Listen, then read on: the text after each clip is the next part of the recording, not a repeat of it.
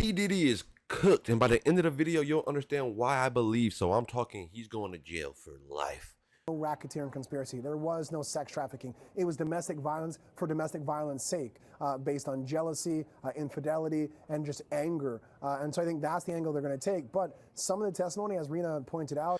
What about when she said she was getting peed on? Yeah. Y'all ain't heard? Y'all ain't heard? Diddy R. Kelly. Yeah, he like peeing on females. Bro. Y'all make the decision yourselves, but I just had to put that out there because they ain't something I want to talk about it. Yeah. Diddy used to make dudes pee right in her mouth, and then he'd go and do it. That shit crazy. What up, TKG? Another reaction / breakdown video. Hit that like button, comment below, let me know what y'all think. Subscribe, bro. To 100,000 subscribers, we need you to hit the subscribe button. Shout out to ABC News for dropping the video, buddy. Shout out to the news. Let's get right into it. Witness Cassie Ventura taking the stand today in a New York courtroom in the sex trafficking and racketeering trial of Sean Diddy Combs. This trial's marked the first time Ventura and Combs are seeing one another in person since their 2018 split. Federal prosecutors claim Combs used lies, drugs, threats, and violence to coerce his ex-girlfriend into sexual encounters with male prostitutes. Ventura said the alleged sexual encounters typically lasted between 36 to 72 hours, the longest one lasting 4 days.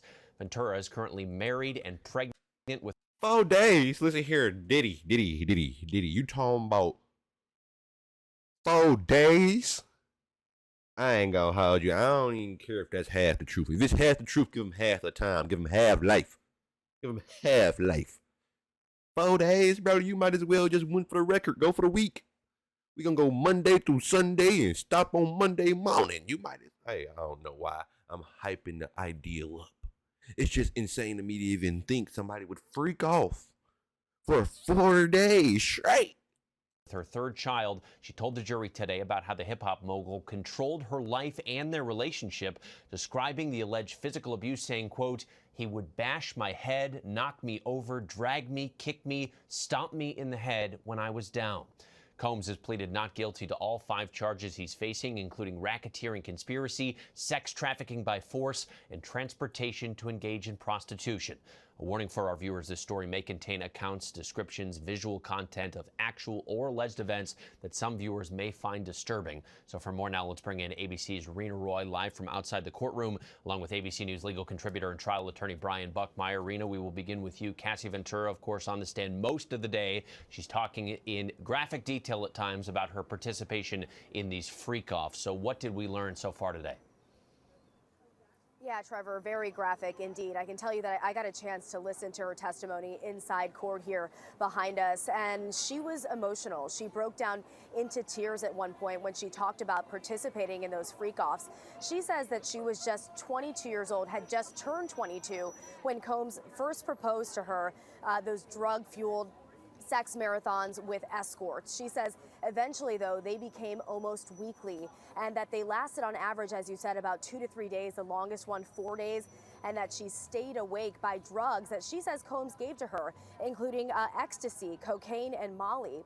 She testified that those freak-offs made her feel dirty and worthless, but that she felt like she did not have a choice but to participate because she says Combs would become violent with her. As you pointed out, she says that he would bash her in the head, kick and drag her, and that she didn't know what would happen if she didn't do what he wanted her to do. She told the jury that she tried to express her feelings about participating, but in at least one text message shown to the jury, Combs told her to make it happen anyway. Trevor?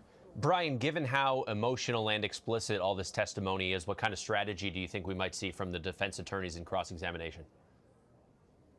So I think the defense is going to try to move away from the emotion and some of the more explicit terminology that we're seeing in this case and try to go for a much more logical argument that they're making, that Sean Combs participated in domestic violence, allegations that would rightfully so be attributed to state charges, but that there was no racketeering conspiracy. There was no sex trafficking. It was domestic violence for domestic violence sake, based on jealousy, infidelity, and just anger. And so I think that's the angle they're going to take. But some of the testimony, as Rena pointed out. What about when she said she was getting peed on? Yeah. Y'all ain't heard? Y'all ain't heard? Diddy R. Kelly. Yeah, he like piano females. Bro. Y'all make the decision yourselves, but I just had to put that out there because they ain't something I want to talk about it. Yeah. Yeah, Diddy used to make dudes pee right in her mouth, and then he'd go and do it. That shit crazy. And just how Cassie is on the stand, that's going to be a very hard argument to distinguish between the different types of force and how they were used. So, Rena, Diddy is there in court. He's watching all this testimony from his ex-girlfriend. There's also many of his own family members there. Did we see any kind of reaction from Diddy today? Right. For the most part, he appears to be pretty focused on Cassie Ventura, his ex-girlfriend. He is listening intently. At one point, we saw him scribble down some notes and speak to his attorney, but other times he appears to be more passive with his hands in his lap at the defense table with not really a certain kind of expression on his face. She, on the other hand, has not appeared to look at him once since she took the stand. She has looked at her husband, who is inside court to support her. Remember, this is the first time that Combs and Ventura are seeing each other face to face since 2018, so you can imagine how this might feel for both of them. Brian, how do you imagine this might land with the jury hearing all of this extensive testimony of this nature?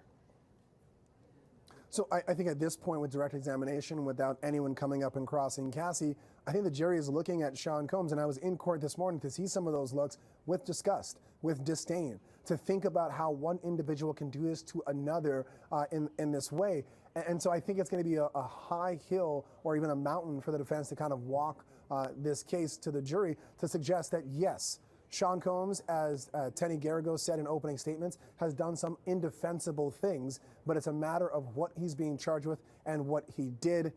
A very difficult distinction, because I think earlier on in her testimony, it seemed much more about domestic violence. Now we're starting to see the allegations and some of the facts that bleed into that sex trafficking by force, fraud, and coercion, and that enterprise, that criminal enterprise that the government alleged is surrounding Sean Combs' inner circle. Because when she looked at some of those photos of the security guards, the chief of staff, at least for me as I sat in that courtroom, I could hear the tone of her voice change. I can see her body language change, and you can see that she had some very particular feelings of maybe even fear in describing some of these individuals, and I think that's really proving the case for the government.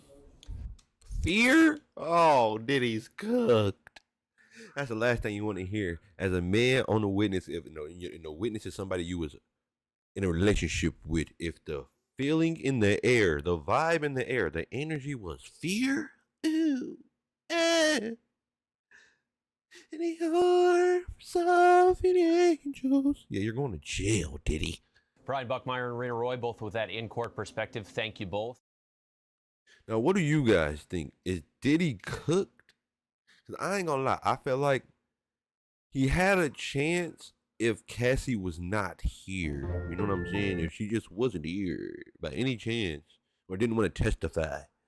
But with her testifying, bro, it puts the jury in the room of the freak-offs. It puts you in the headspace of the freakiest member of the freak-offs. And it just don't look good from that perspective. You know what I'm saying? I'm not saying Diddy was right. But I'm saying he going to jail for what he did. He gonna do the time that coincided with the crime. Comment below. Let me know what y'all think. Subscribe. Till the next one, I'm out. Peace.